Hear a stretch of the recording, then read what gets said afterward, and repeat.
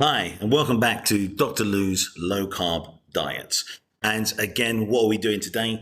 We're looking at another snack. So, this low carb snack is from a brand that is making a bit of a storm on the market. It's called Keto.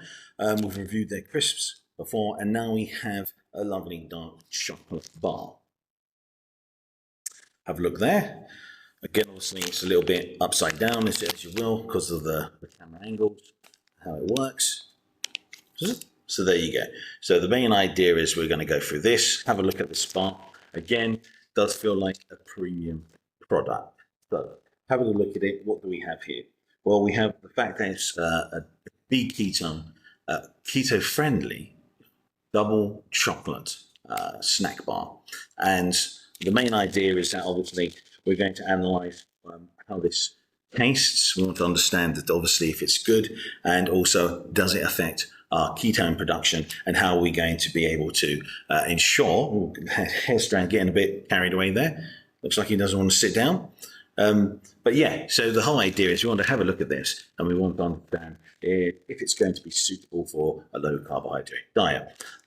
But you also have to remember that it's true, a lot of these have a sacrifice for flavour. That is definitely a trend I've seen. But there are some that are actually, quite delicious. So we really want to know how much it's going to impact on usually blood sugar. That then has the effect on the ketones. But that's the most important part. Your ketone production, if it halts there. Why? Because that shows that you are not going through a fantastic fat burning stage. So that's the most important part. Again, I will try this. But before I jump on my diet, let's have a look at some of the information on the packaging so we can understand, start to grasp what's here, is it good for me, and what can I say about it? How can I incorporate it into my diet? Or should I just stay clear? Or should I just as a little treat once every fortnight or now and again? Okay, so let me jump on to, here we go. So we're jumping on now to the pictures on okay, guys, here we go. There's the package there, nice and clear for you. So having a look here, you can see it's a 40-gram bar. Okay, so it's low carb, 4.4 grams of protein in there. It's seen as a high protein bar. What is it? It's B keto, double chocolate, it's dark chocolate. So why is that important? Well, dark chocolate is actually healthier for you, but also at the same time, you understand it is keto or more keto friendly than other forms of chocolate. So dark chocolate is always a plus sign. You can see the packaging is quite premium. It's very thick, full wrapped, very nice. Now, jump on. Here we go. What we can see here is we have the nutrition facts or the nutritional information. Ignore the 100 grams, jump over to the 40 gram. That's because the bar is a 40-gram bar. So total calories 218, not so much of information needed. Total fat 16.4. We don't really need to know that. Saturated fats 8.4. But again, you can look up saturated fat like butter, fantastic for the keto diet. People have a myth in their mind. Certain things are bad for you. Again, the science has to be 100% solid on those type of things. For example, I'll probably be doing later a channel based on scientific myths, for example, with things like MSG, monosodium glutamate. So we understand why, what's the issue. Is there a big problem with the fats in the keto diet? I would say to you, don't just think like in the Atkins, which is why I basically reformed onto the low carb diet that I designed, simply because I didn't want to just say I'll eat as much fat as I want to. I would like to consume a decent amount of fat and protein with some vegetables, etc., because then it gives you a bit more of a balanced diet. It's completely a huge amount of fat, especially then incorporating loads of different types of fat. I think the only major one you really need to be concerned about are trans fats. Other than that, most of the other fats you can discuss and go in, but that's at a later time. Now, looking at here, you have the carbohydrates of 8.4 and the sugars are 3.6. Again, protein is there, salt is there if you're quite interested in salt. What we really should only be interested in here, carbohydrates. So the carbohydrates we need to understand fully. and this here it says 3.6 of sugars, so we know that will hit our blood sugar level. And then it really matters about what other type of carbohydrates there are there. Again, it's important to see they don't mention fiber that much. So this is one of the issues on the diet, because labeling is usually done by law. Now, for example, some of those, sugar alcohols, they can impact your diet, like maltitol, very much so. And then if you look at others, or if you look at certain things, it does it again. Fibers are usually quite safe because you can't digest them. So the main idea there is we know it's better to get a rough idea. So looking at this, it doesn't tell us much, but the best way to do it is try and see how it affects your test. So I'll test again in about 4 hours. Sometimes it goes over a little bit, not the best, but it's what can be maintained. In fact, if it goes over, it's benefits what the bar because it makes it look like over a period of time, it hasn't had such an effect. But that's because natural ketones come back, even if you're pushed out, or if you are pushed further away from the actual keto main burning fat cycle. So if you can't get into that, then you'll understand that these bars can have an effect on that.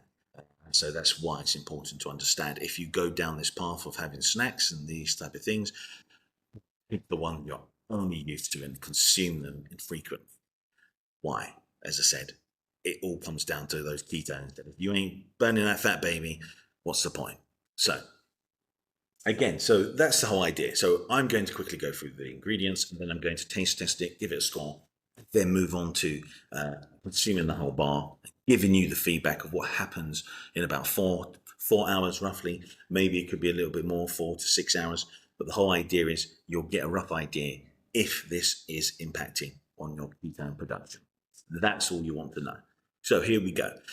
Ingredients, let's zoom in here. So we've got dark chocolate, fantastic, excellent ingredient. It's perfect for the diet. It's really good. It's actually quite nutritious if you're having it as dark chocolate. Fantastic, 72%, lovely, dark.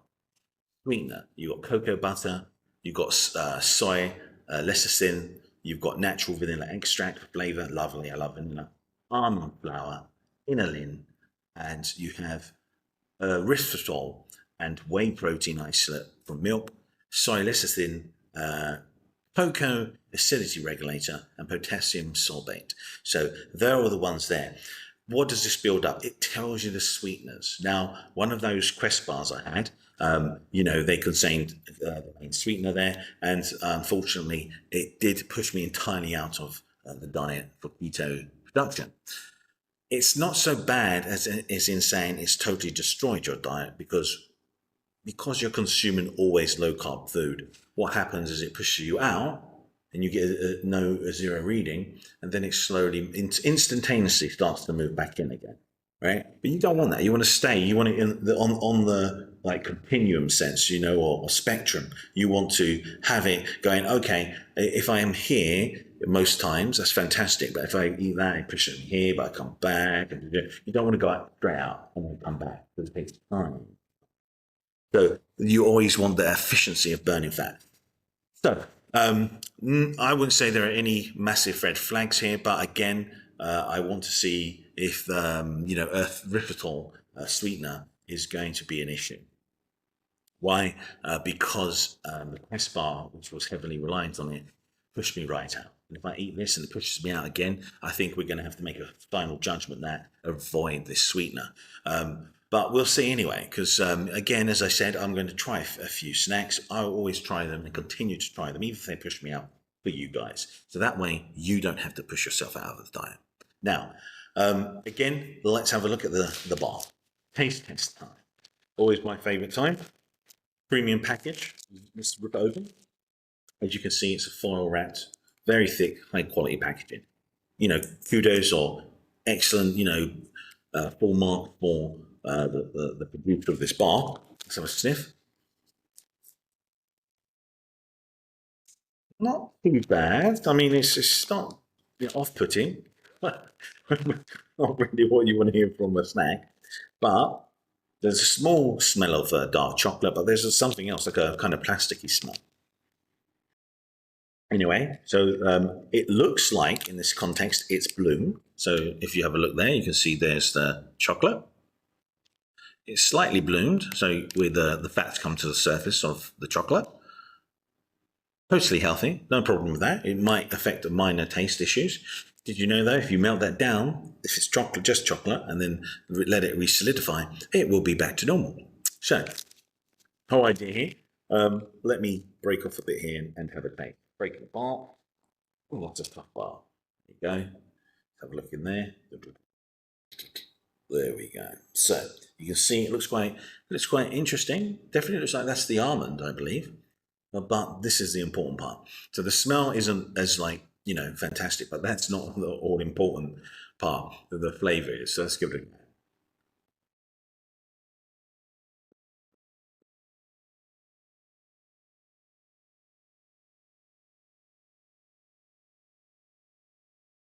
Mm.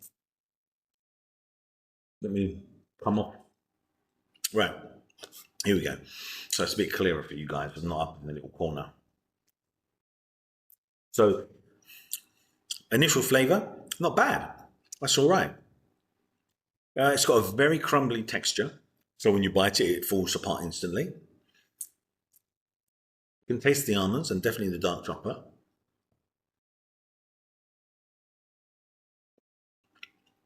Mm. Mm.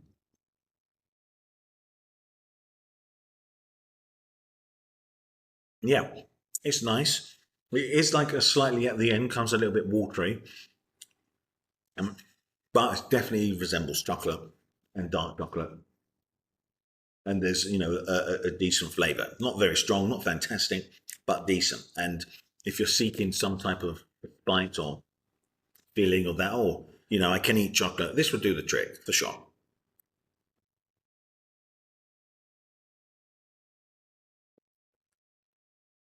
Mm.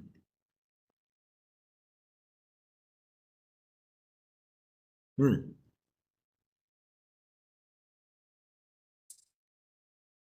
Definitely fine. Consuming small amounts. Again, with certain sweeteners, you have to do that, or have a lactative effect. So this is the main takeaway. Fine, it would do the job. Yeah. But I'm going to come back to you later. And again, I'll put the price of the bar down there so you can have a look at it and understand whether it's expensive or not.